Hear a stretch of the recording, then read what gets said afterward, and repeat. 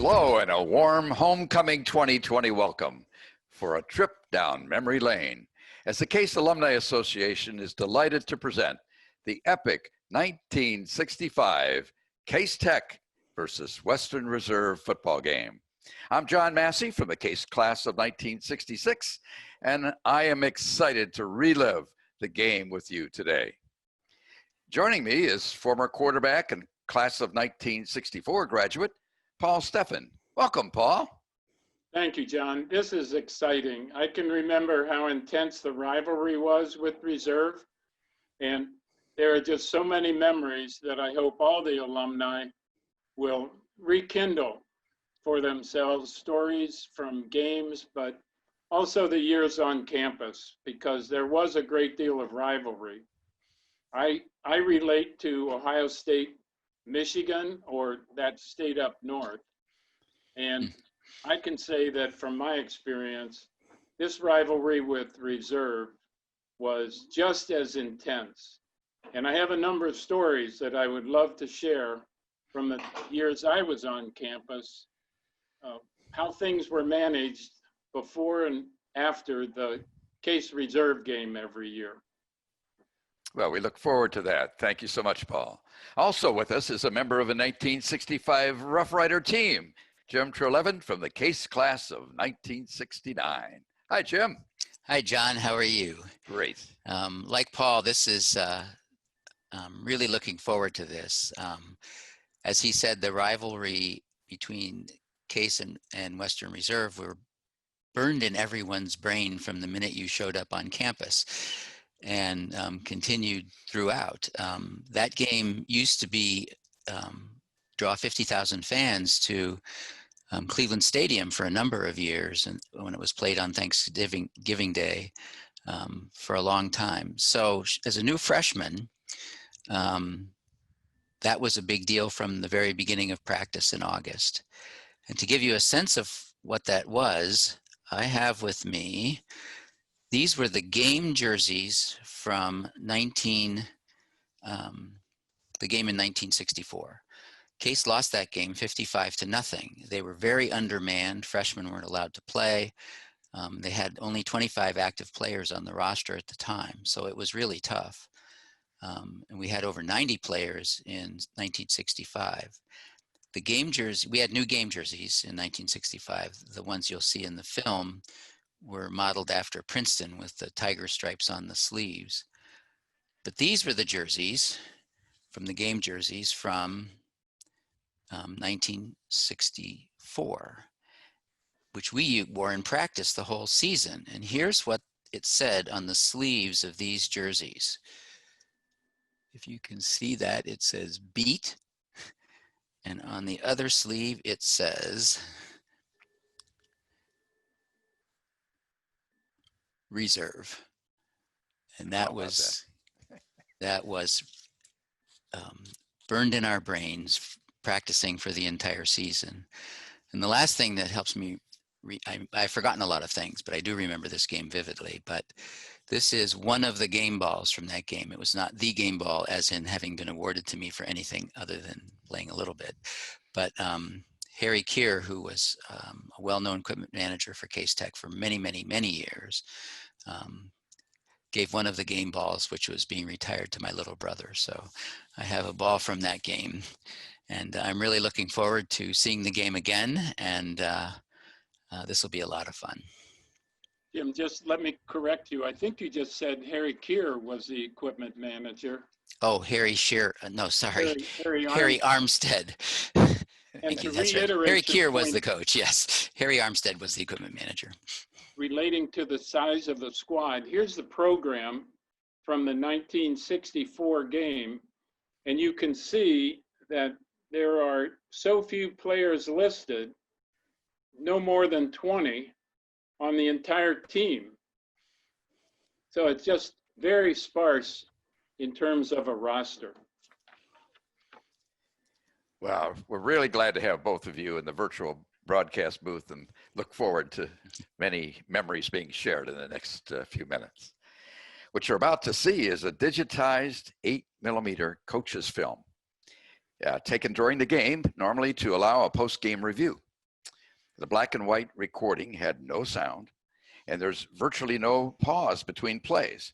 So we'll be pausing at appropriate times to comment about the action and to reminisce about the players, the coaches, especially the key plays of the game. So let's turn back the hands of time. The date was Saturday, November 13th, 1965, a typically cool autumn day in Cleveland. A game high temperature of 53 and 4/100ths of an inch of morning rain greeted the players, coaches, and fans.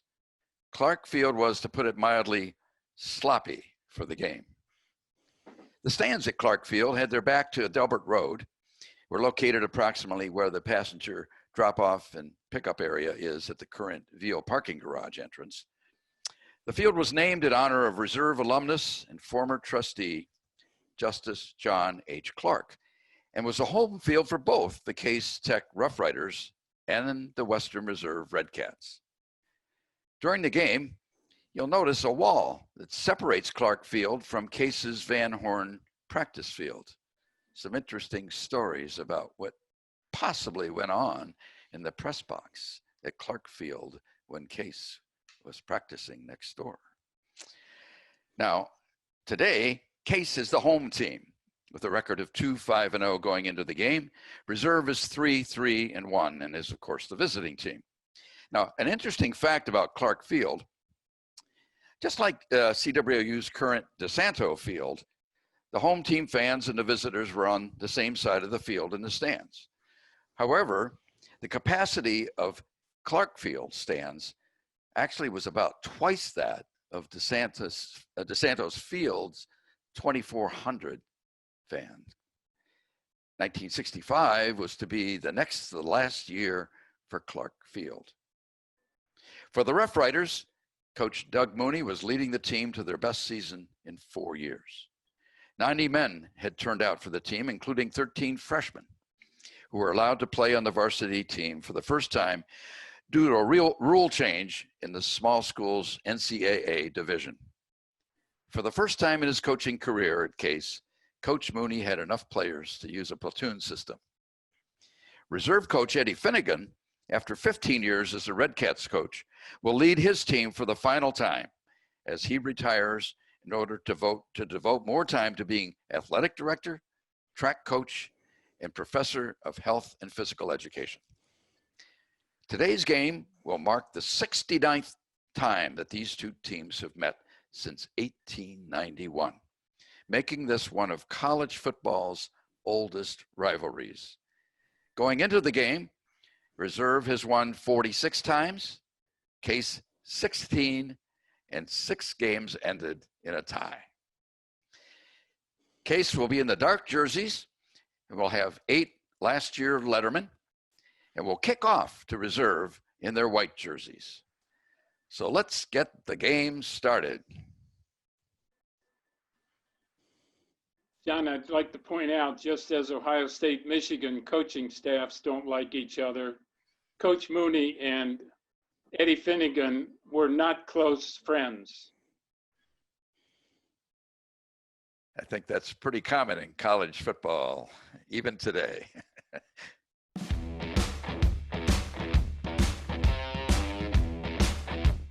Compared to most games, a lot of fans were out there, so that kind of got us all charged up.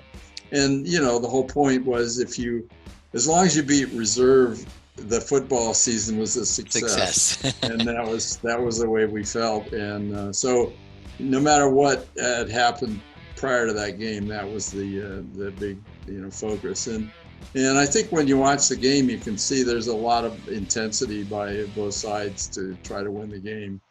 The Case practices always felt that Eddie Finnegan had people in the press box where this film was being taken, but you could see over the wall that's behind the visiting team onto the practice field where Case practiced. And it was, we always felt that they had spies in the press box spying on our practices. Not necessarily Eddie himself, but. And they'll never tell.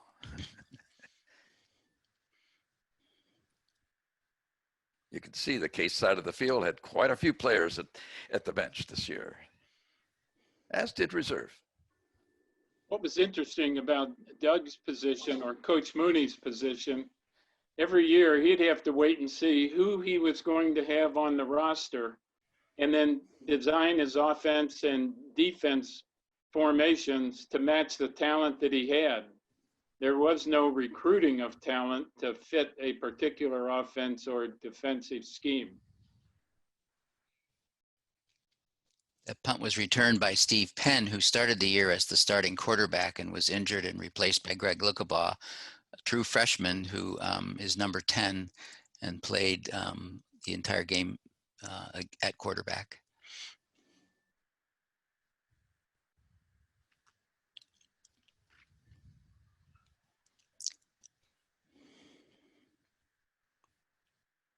There's a handoff to Jimmy Greenfield, who in his junior and senior years was in the top 10 in the nation in rushing. Some pretty hard-hitting football in this game.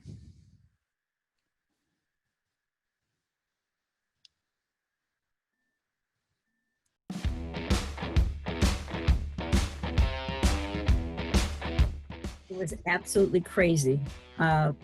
People just were nuts before the game, during the game, after the game. There were pranks all over campus. Things would disappear. They'd take stuff away. They took the fence down. You remember the one that divided? They took that away once. I mean, if anybody could think of doing it, they did it. And nobody stopped them. John Barry was the punter. And as we'll talk about later, was his senior year. This is his junior year. Yeah, Don did a great game in point after attempts, and yes, for sure. Yeah, they were both very great cookers. You'll see in this game was a very effective punter, and his senior year, we believe, led the nation in punting at close to 46 yards a game. This was his junior year. And this particular game, he actually came really close to 46 average. It was 45.88 something. Really kept reserve backed up to their backs all the way.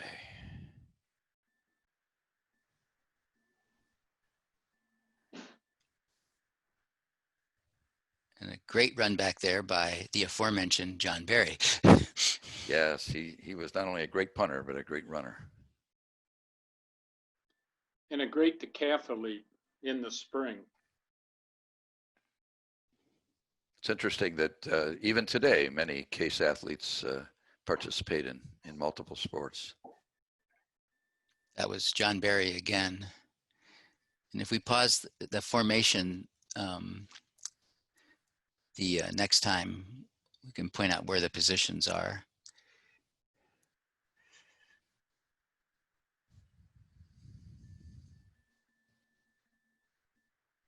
Notice where Barry is lined up right behind one of the guards, very close to the line, right next to the quarterback.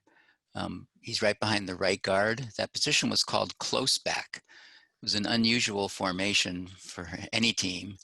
The fullback was Jimmy Greenfield, who is only slightly deep off the line. And the line formation was unbalanced. To the left of the center was a guard and a tight end.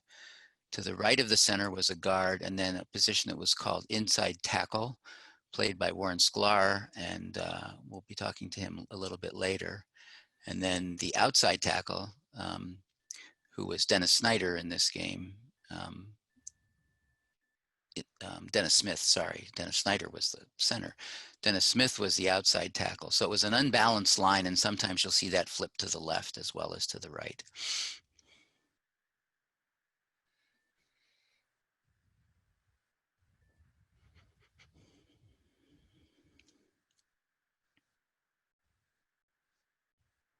Greenfield up the middle there.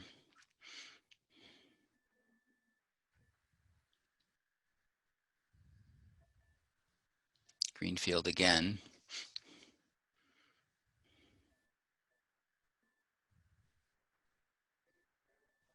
There goes Lukabaugh. Touchdown to the McLeod.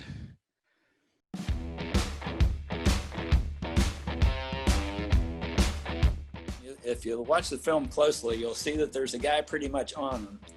And then he reacted and turned back inside, because usually with the rollout, he would just keep going to the sideline, but he was covered pretty well. And he stopped and went back to the inside.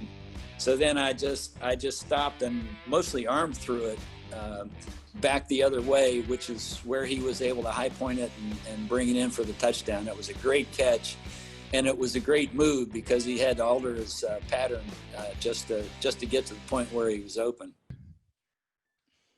Mueller for the extra point. Yes, Don did a great job there. Get us to 7-0 with 5:42 left in the first quarter.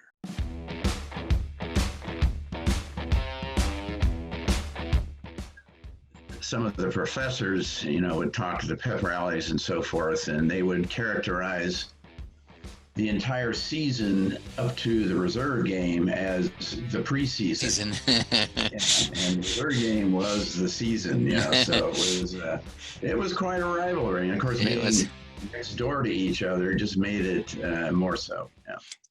Just to review, the coaching staff really didn't change during the period from 1960 until Federation. Doug Mooney was the head coach. Bob Del Rosa was the defensive coach.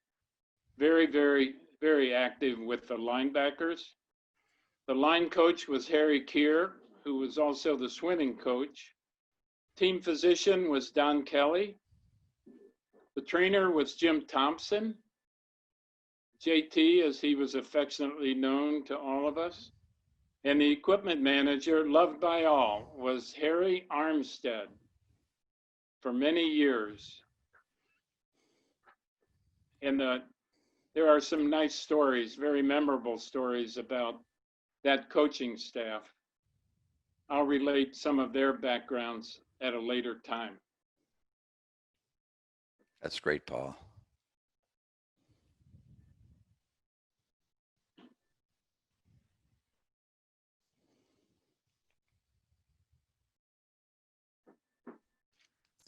The defense in this game was very stout against the run.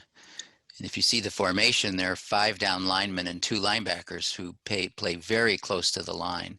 So basically a 7-man front on defense, which gives them a numbers advantage, and then 4 defensive backs. Some of the hardest hitting defensive backs I've ever seen actually played on that team. Joe Nista and Al Cook and others.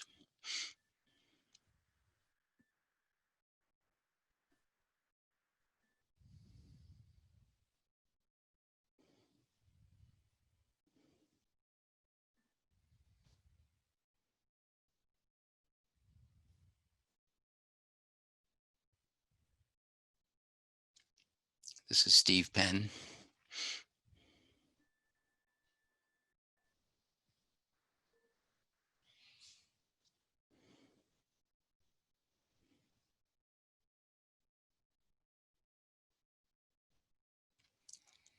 Tough hit for Lukaba, who was not very large, actually.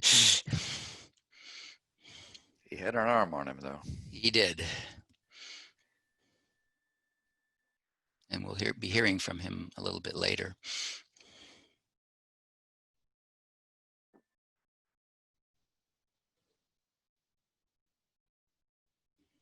There's Barry again. Another great punt. Takes a case bounce. You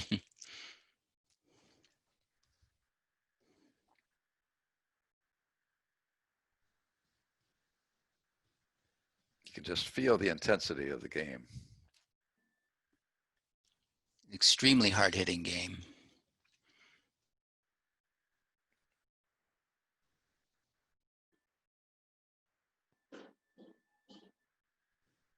And we're at the end of the quarter. So at the end of the first quarter, it's case 7, reserve nothing.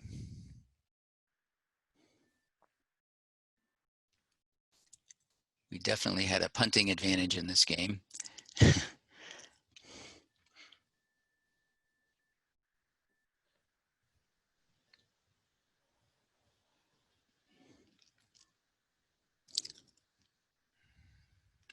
Pitch out to Jimmy Greenfield, who was very difficult to tackle.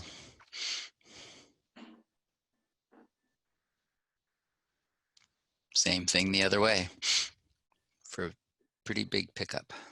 As I recall, Jimmy had a tryout with one of the professional teams.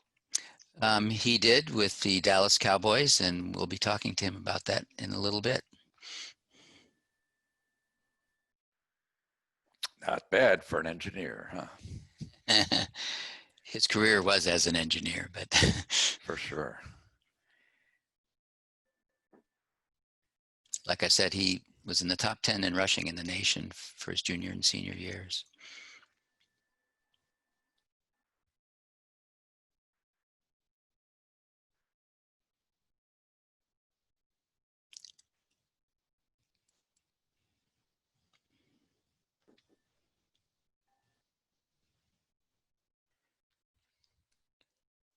Another big punt. Jim, I think some of the people watching might be interested in some of the factoids about the rivalry between Ohio State and Case Tech. Well, I'm lumping the two schools together when I do that. Case actually has a pretty decent record. You can see behind me here, this is a program cover from the 1917 Ohio State game program against Case. We lost that game. But in the early 1900s, Case had a wonderful series against Ohio State, winning most of the games. And there was a very famous, I think, 1906 Michigan team that was called the point-a-minute team because they averaged close to 60 points a game. And in that season, only one team scored on Michigan, and that was Case Tech. So in that era, and if you add, I believe, if you add the records against Ohio State of both Western Reserve and Case, and you put them together, that combined record is the only team other than Michigan that's played Ohio State more than 20 times and has a winning record. We share with Michigan that most of Michigan's wins came before 1920, as did ours. But in those days, Case Tech and Western Reserve played all the big boys, Notre Dame, Army, some really renowned programs. Some great history there. Well, Reserve is driving here. They're driving. Their offensive formation is very traditional. The line is 2 guards, 2 tackles on opposite sides, and then a flanker on the right, and then 2 running backs, always in the same position in the backfield. Very popular then, before it switched not too long after to the I formation becoming more. Ours was sort of the early version of the I formation, I guess, on the Case side.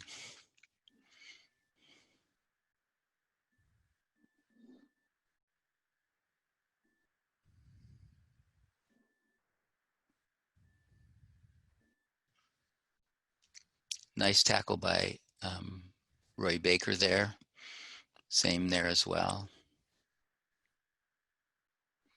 And Reserve scores 7-6.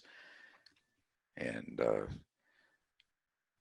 point after was made, so it is now tied at 6:29 in the second quarter.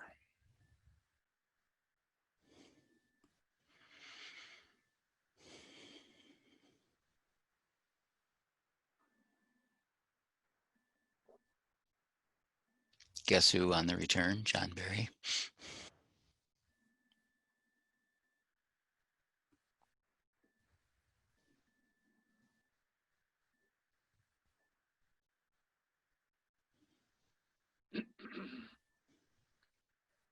Paul, when you were playing, a lot of the players had to go both ways, didn't they? Yes. From the years I played, Bob Hugas was center and middle linebacker. Played just like Chuck Bednarik, played every down on both sides of the ball. But a number of players did that. Dick Milley was quarterback. I remember in the 61 victory over reserve, the first one in a long time. He also played defensive back, and he just prided himself on doing his best, both offense and defense. He was just a true leader of that football team. I'll never forget his intensity. Even in this year, everybody practiced a little bit on both offense and defense, although, as we said earlier, it was the first year Mooney could really use the platoon system, and everybody had a primary position on either offense or defense.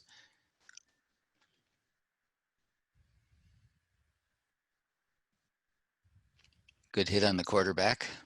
Yes, for sure. Don Mueller in the coverage. I think that was Jeff Williams on the hit.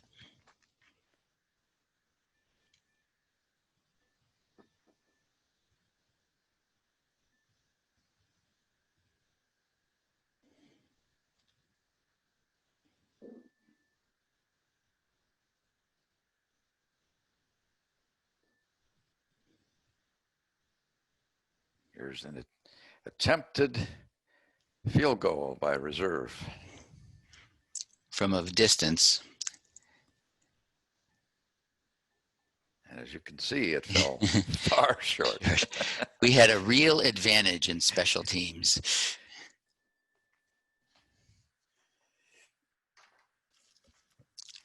As we'll see later as well.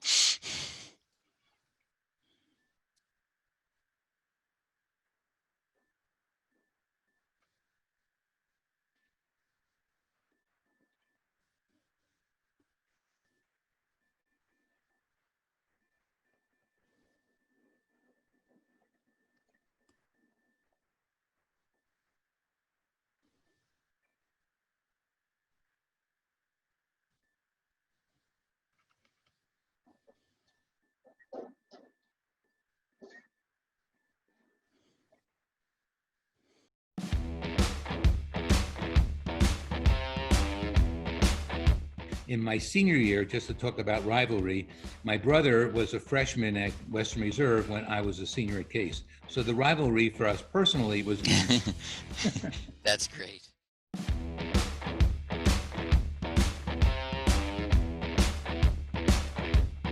Hi, everybody. I'm Steve Zinram, Executive Director of the Case Alumni Association, and your host for today's halftime show.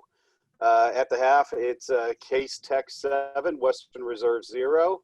We're going to flash forward 55 years to 2020. With me today is the head coach of the Spartans of Case Western Reserve University, Coach Greg DeBellick. Coach, welcome to this first ever virtual broadcast. Yeah, thanks, Steve. Talking a little bit about the history of the program and the people that were involved. Absolutely. And, you know, but I really want to start off with this. This is a unique year. Division II and Division III football canceled across the country. I can't imagine what you went through this summer, probably thinking in the beginning that you were going to have football, and then all of a sudden realizing that wasn't going to happen. Could you tell us a little bit about your journey? Yeah, I was involved with the planning along with our athletic director, Amy Backus, and a number of other people. You know, starting in late March, we already kind of looked forward to, hey, what do we need to do to make this happen?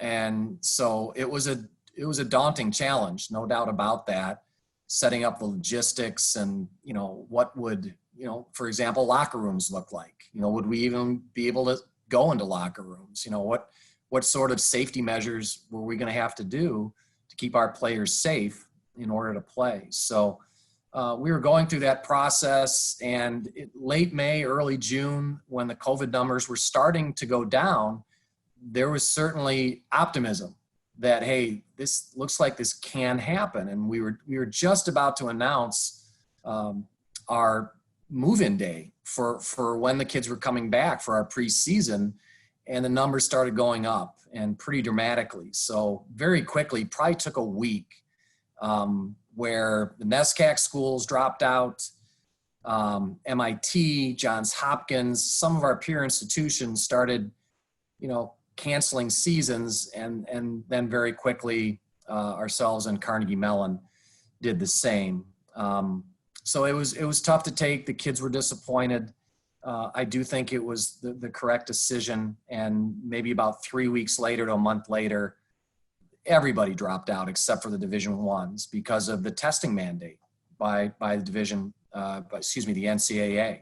You know, the test cost at that time $150, and just no smaller schools had the budget to make that happen. So it was an interesting procedure to go through, and we're doing a lot of the contingency plans that we used right now because we are doing some things with our kids on the field, and looking forward possibly to doing games in the spring. So we'll see where that goes. When do you think that kind of decision might happen with games in the spring? That's interesting. I hadn't heard that.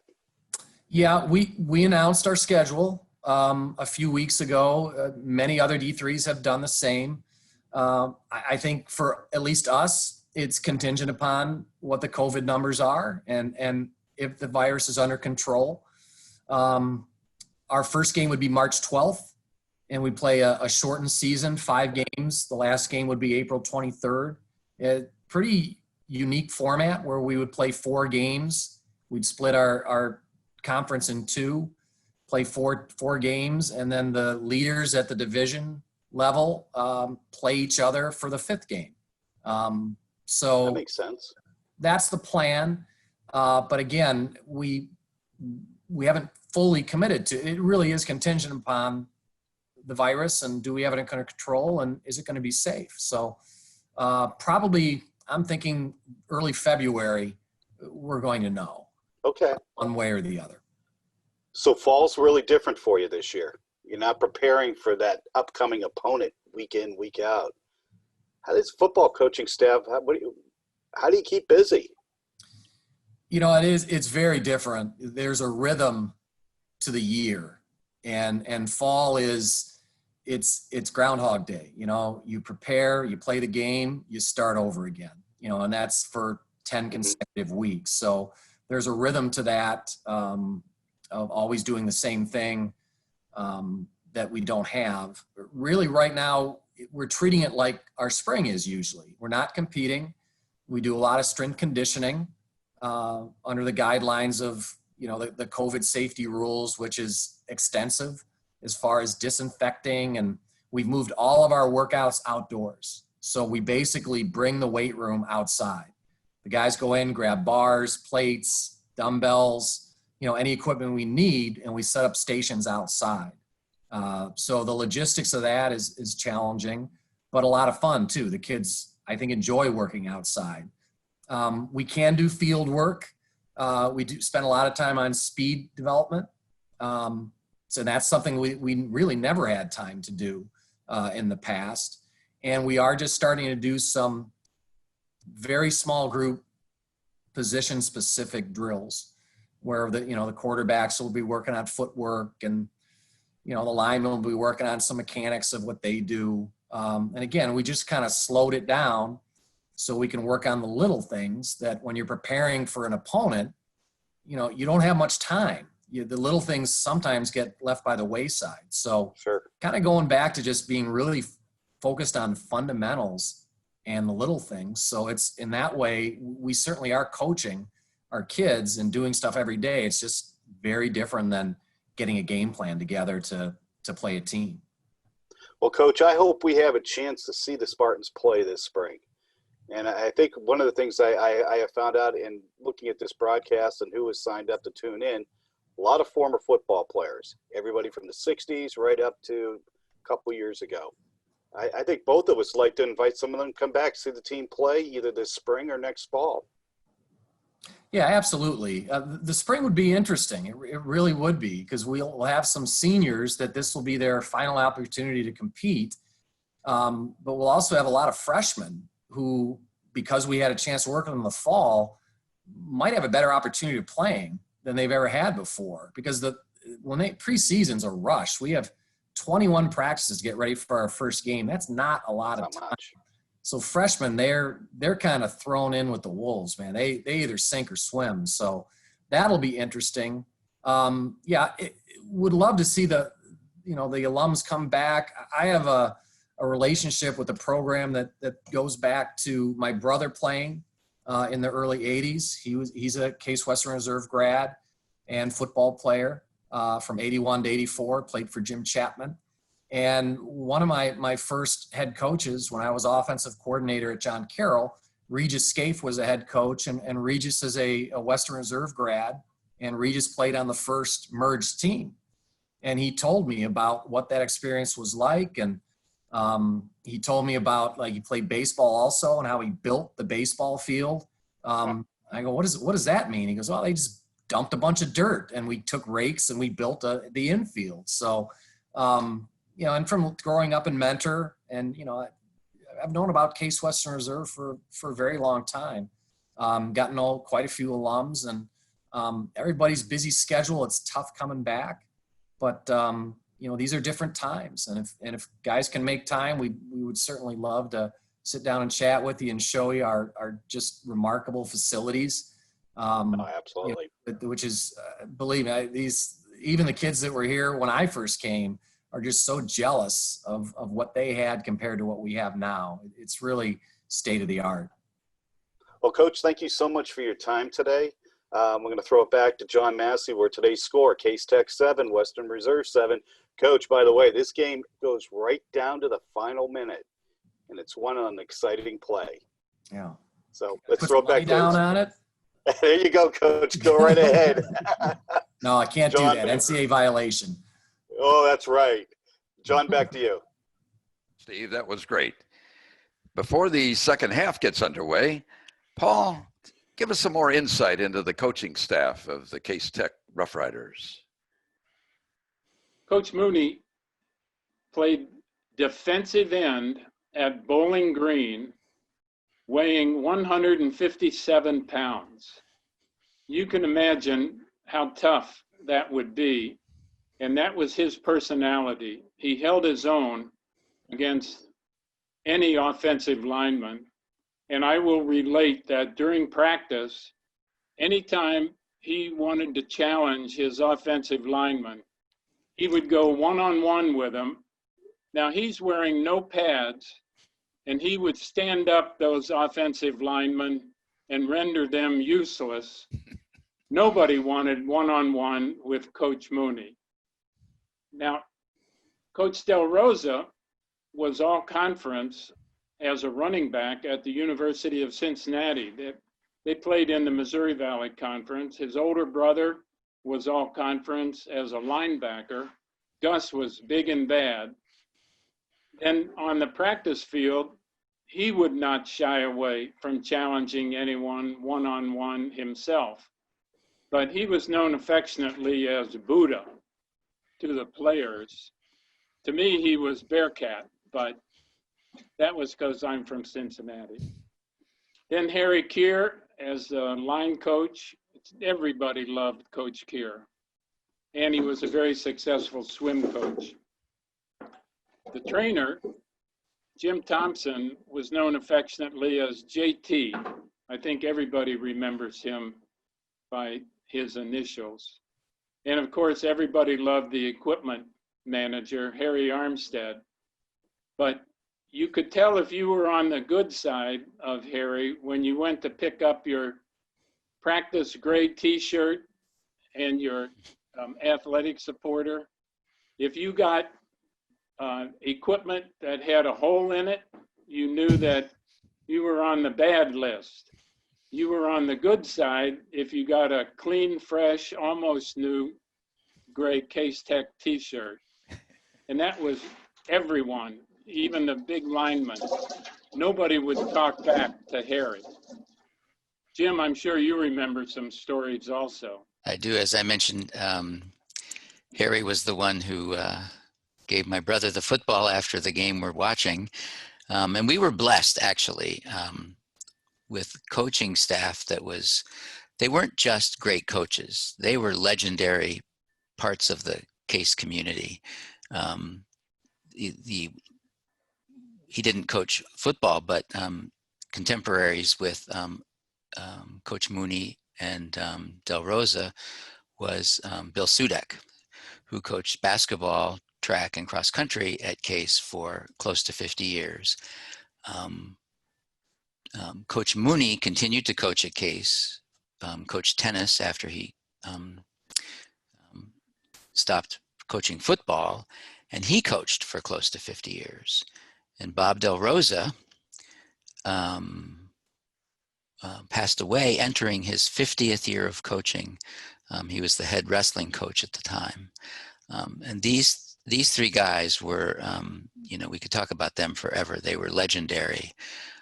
I was certainly not one of Bob Del Rosa's better football players or wrestlers, but he stayed in touch until he passed away. And just an example of that is our son was a gymnast at Ohio State, and Bob Del Rosa and his wife Ann traveled to Columbus, and this was only a few years ago, to watch my son compete in gymnastics at Ohio State. They were just outstanding human beings, stayed in touch with their players and contributed so much to the culture of the university. I can't say enough about all of them. Absolutely true. Yeah, I can remember, even though I never played on any varsity team, we had intramural sports, and of course we had gym, phys ed, and every one of those guys just was a true gentleman, and it did feel like family, even to those of us that were not on any team. So kudos to the coaching staff in the past, and certainly in the present, as Coach Debs epitomizes. I think great guys. And I will say that Coach Sudek, although he did not coach football, was one of the best recruiters for the football team. He really was. I saw him in action a couple times. Sudek had a habit that he remembered every one of his players in basketball and track. And it's funny, he would give every one of them, when they got married, the same wedding present. He gave them a bathroom scale. Now, I don't know if that was a subtle message to keep healthy and keep in shape or what, but I actually saw him in action at a couple of wedding receptions where he went up to some young men and tried to convince them to come to Case. So these were great guys, and we sure owe a lot of our spirit and our lives to the athletics at Case. Absolutely. In fact, Coach Sudek, he was not my coach, but my mother passed away. He was still coaching at Case. This was a while ago. And my parents lived in Medina. And so I wasn't even one of his athletes. And at my mother's funeral, guess who showed up? Coach Sudek. I mean, they were just amazing people. Absolutely. I want to tell one quick Sudek story, although he was the basketball coach. He's also a basketball official and football. So I have seen him at high school basketball games when he's ready to hand the ball at the foul line to the shooter. He'll pull the ball back, look at the shooter and say, "What's your SAT score?" That sounds like Sudek. And you can imagine the shooter giving him a look. And believe me, after the game, Coach Sudek would be talking to his parents. He was, as Jim said, an unbelievable recruiter. Yes, and quite a human being. All right, it looks like it's about time for the kickoff to start the second half. At the half, it was 7-7. So let's get the game underway.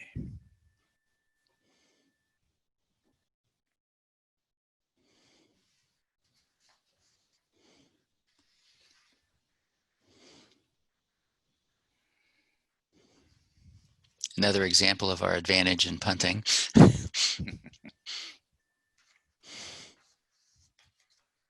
Hand off to Greenfield for a big gain.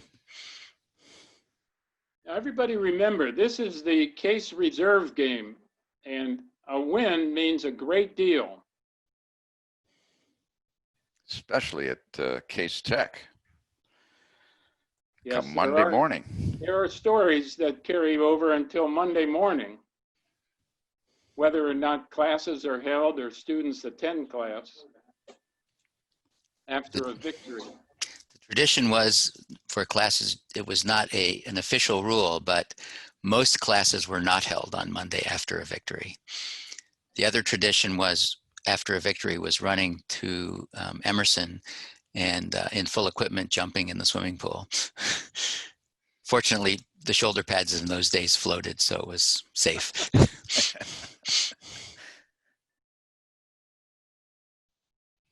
Another great run by Case. Nice run by Lookaby, yep. Yep.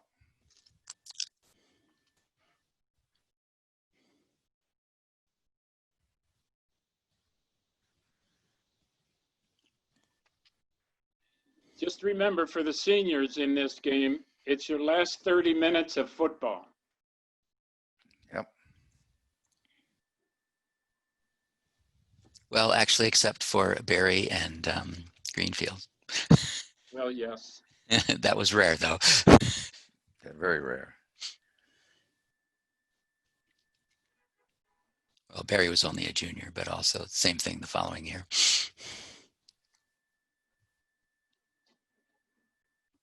We had a real advantage in the passing game as well, as you can see.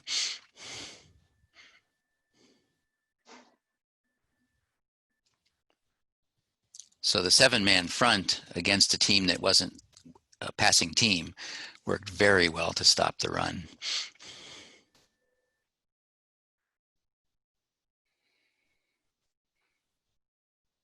Fake to Greenfield and then a great pass to McLeod. I think actually that Lookaby fumbled the ball and the handoff, it bounced off the ground, picked it up, and then threw the completion. Caused by the fake, I'm sure.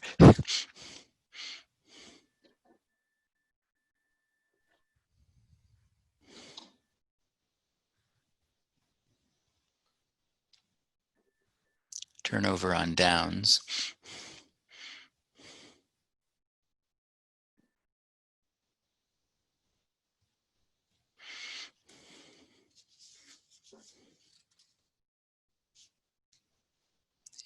Not a very accurate pass, fortunately.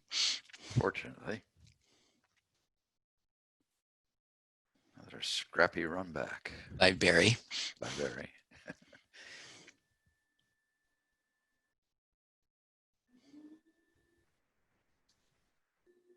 One thing Jimmy Greenfield will mention is he always had long runs, and in this game, I don't believe he had any runs over 10 yards, but he had a lot of yards in the game. I'm sure Coach Finnegan had stacked the defense to stop Greenfield. Oh, I'm sure, yes. Absolutely. No doubt While about spying it. on practice. While spying on practice. Nice catch.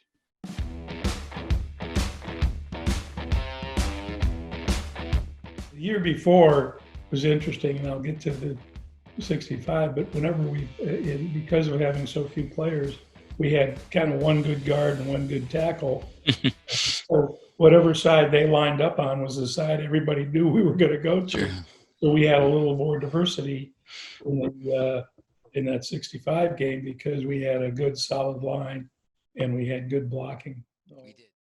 Jim, do you remember how much Jim Greenfield weighed in college? I think he was between 190 and 200 pounds, probably about 5'11". John Barry was taller, but about the same weight.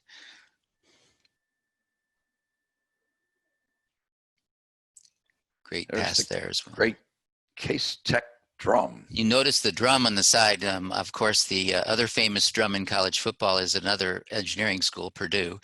And those were actually copies of each other for primarily engineering schools. I'm not sure what that has to do with a large drum, but in any case. Certainly was always memorable to see that at the Case Tech games.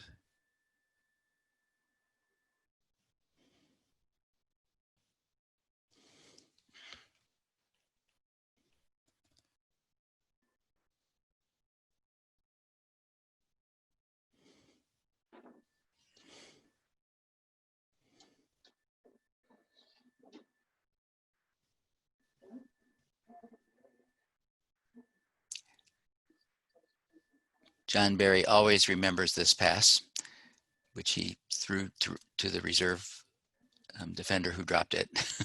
He'll mention that a bit later.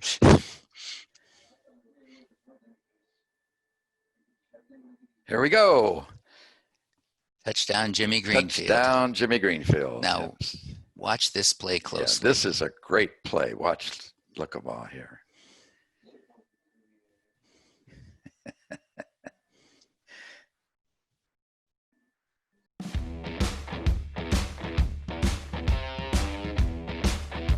You know, that's not a play that works all the time, but it certainly caught everybody by surprise, including me when he called it. But I was just trying to concentrate on holding the fake long enough to get the guys drawn in so that I could take off around the left side away from them. I remembered that as that play was unfolding, I was blocking my guy, and Greg Lookabaugh picked up the ball and starts running, and my guy sees what's happening and didn't know exactly how he could get over to Greg because I was pushing him in the wrong way. And he was yelling, you know, son of a bitch, son of a bitch, son of a bitch, as the wrong way. Mooney called for the fake. Nobody can quite remember why, given what was going on in the game, but it worked like a charm. It did, because now we have case 15-7. I want to know if Lookabaugh's knee was down when he took the snap, because the play's dead at that point, if it is.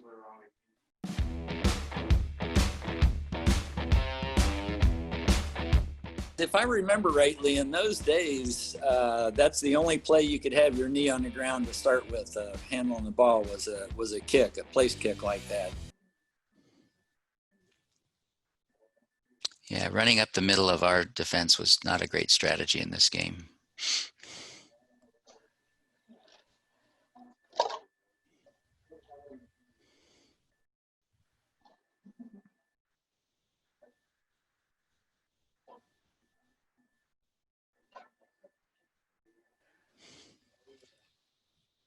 There's a long run. Yep.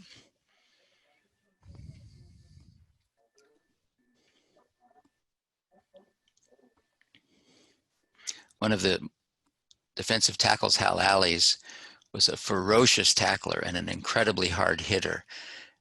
He played defensive tackle, and he did not weigh more than 180 pounds. He That's was amazing. tough.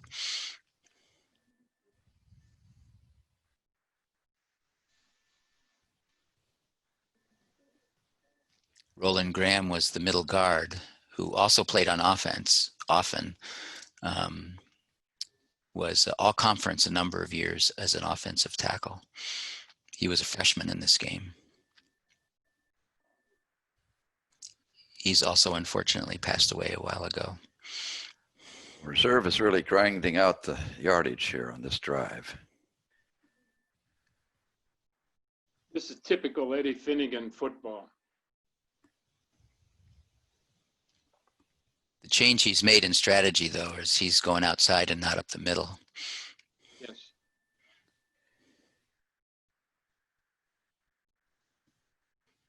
3 plays in a row there for the touchdown. Yep. Now watch the 2-point attempted conversion on this play.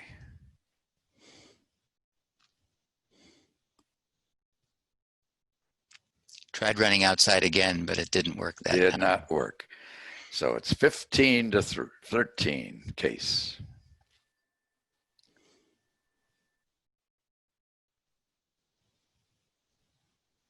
Another great run back. Special teams again.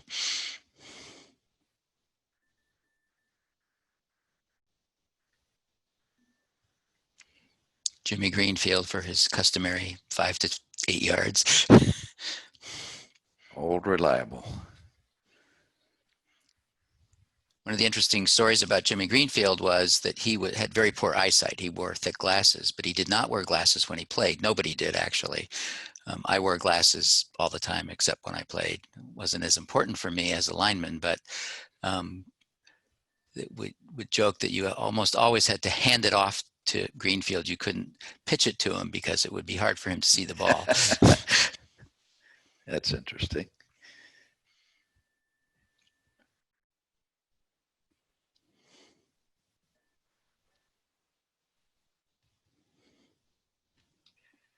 Green, fake to Greenfield, incomplete pass.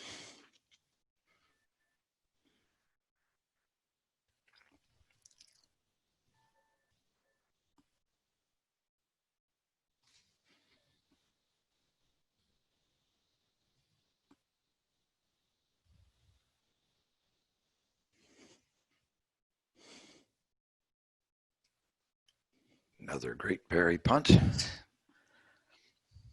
Just a little too far for a touchback. Just a little bit too far.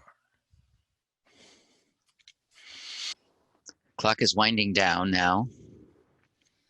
Yeah, we're getting near the bewitching hour.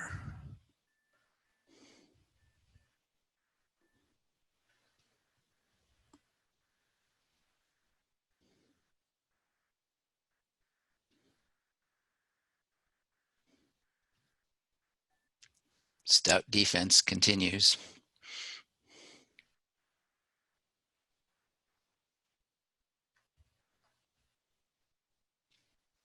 The one long pass completed by reserve in the entire game,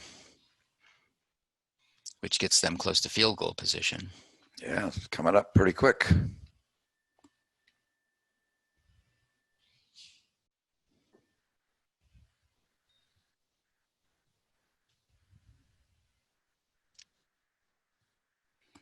Sticking with the running wide left. Always running to the left. Yep.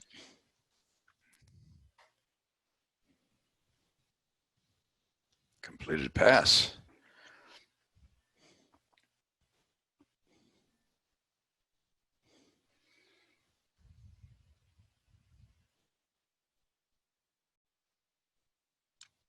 Running right didn't work so well. That didn't work. Some good tackling there. Notice though the ball is on right now the 13-yard line. Rush up to about the 12 or 13. So it's well within field goal range. And they're trying to keep the ball in the center of the Now field. this is the play of the game. This is where the rubber meets the road. Attempted field goal. With virtually no time left.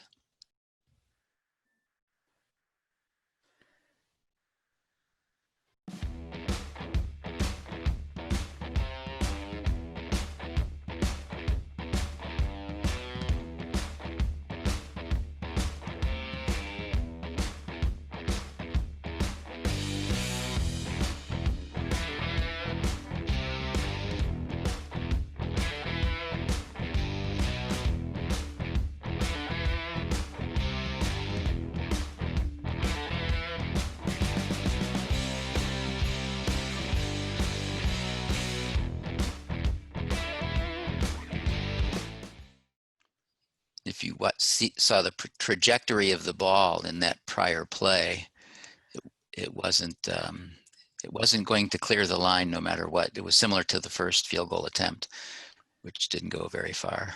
Purportedly, there were 3 Case defensive players that touched that ball. Touched the ball, yes.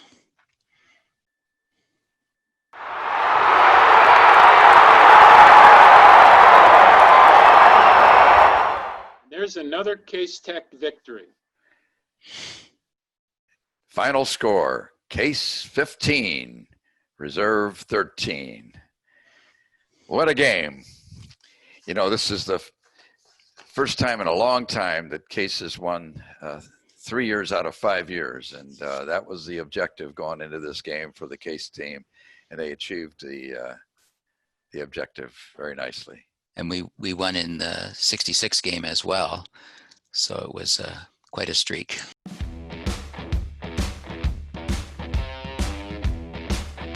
That was my last game to play, so it was like a great ending to a football career for me, and I really was happy that we won. We were pretty ecstatic when the game ended. So, Paul, final thoughts on the game and today's Spartans? I just remember the intensity of the game. I remember the intensity of the players. I remember I'll call it the benefit after a victory of sometimes no class on Monday, but the one story I remember was after the victory in 1961. Dick Milley, I was only a sophomore and watching from the sidelines. Dick Milley was literally the heart and soul of that team. As I mentioned before, just an unbelievable leader. Well, during finals week, the Dean of Students, Thomas E. Baker, taught a course in international relations. And I think only seniors were allowed to register for that course. There's a story that one of the football players went into that final exam, was handed the blue book by the graduate student, who then went back and sat in the front of the room waiting for the 8 o'clock bell to ring so he could hand out the questions. Right behind him, this football player walked and handed him his blue book. And on the cover of the blue book was the player's name, international relations, Dean Thomas E. Baker. And on the inside, page 1 said, case 21, reserve 20. And that student left the classroom, and the graduate student persisted, but to no avail. And that player got an A in the course. One of the great stories from the history of Case football. I do Yep. have one other that Oh, I you would do? like Great, to great. share. If Case didn't have too strong a football team, there were other ways that the student body could take responsibility. And before one of those Case reserve games, the Case team was a heavy underdog. The civil engineering students during the week before the game built a form for concrete, a concrete structure, a pyramid of sorts. And on the dump truck, the back or the bed of a dump truck, the bottom of that form stuck out the back, and they had rebar about a foot long, so that Friday night after dark, the civil engineers backed that dump truck up to the gate of Clark Field, lifted the bed of the dump truck, the concrete poured down onto the ground in its solid pyramid shape, and blocked the gates to the field. So the next morning, the gates couldn't open. And there's no way for players, coaches, officials, spectators to get into Clark Field. And the maintenance staff at Western Reserve had to cut the cyclone fence and roll it back so that everyone could enter the field through that section of fence because the gates wouldn't open. I don't think Case won the game. That's another story. I've seen no documentation of that story, but it did circulate around campus for years. Yeah, the rivalry went both ways too. And so before the game that we just watched, the Western Reserve students in the middle of the Case quad burned a slide rule in effigy. I will never forget that. You know, a lot of the people watching this game, Jim, probably don't even know what a slide rule is. Yes. But some of us do. And we'll hold class afterwards. But anyway, so yes, it was a meaningful poke at the engineers. And one last comment is it was a great group of guys, and the teamwork and the coaching staff really did help with the victory. I mean, to come back from the prior year and put together a game like this was quite an effort. I didn't get to play a lot in this game. I got to play a lot in the middle of the season, thanks to certain people getting injured, but I did get to play some. It was a very hard-hitting game, and I do want to recognize and appreciate all the comments from some of my teammates who we heard from earlier in the game, and appreciate them taking the time and sharing with us their reflections on quite a memorable game. A memorable game indeed.